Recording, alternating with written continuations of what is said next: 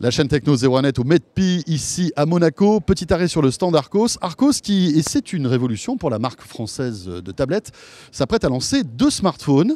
On les découvre tout de suite.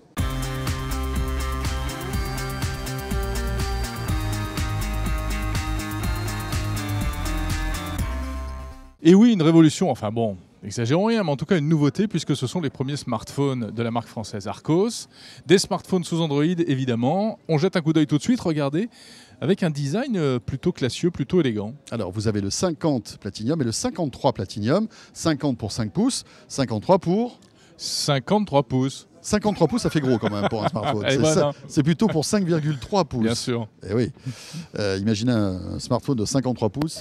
Il faudra un semi-remorque pour pouvoir passer un coup de fil. Alors, donc le 5 pouces on va dire équipé d'un processeur quad-core. Ouais, alors les deux. Ce ne sont pas des téléphones au rabais, on va dire. Non, c'est vrai. Alors les deux ont quasiment les mêmes caractéristiques. Processeur quad-core.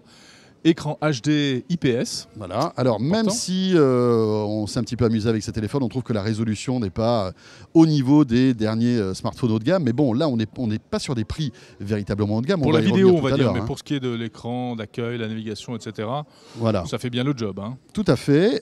Donc, appareil photo 8 mégapixels. Et puis en frontal, on est en VGA. Voilà, ce qui est, on va dire, la plus basse qualité aujourd'hui pour les smartphones. Double SIM. Ces 2 smartphones sont double SIM.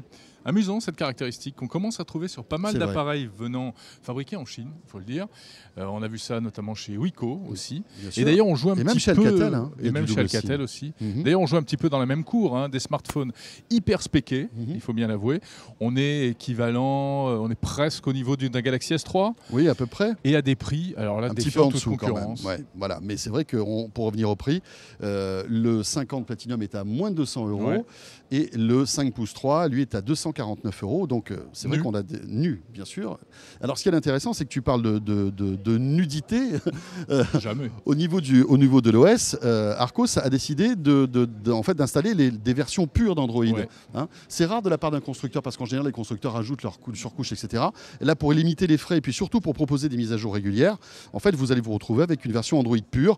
Il y aura quelques icônes Arcos, hein, comme Arcos Musique, Arcos Vidéo, etc.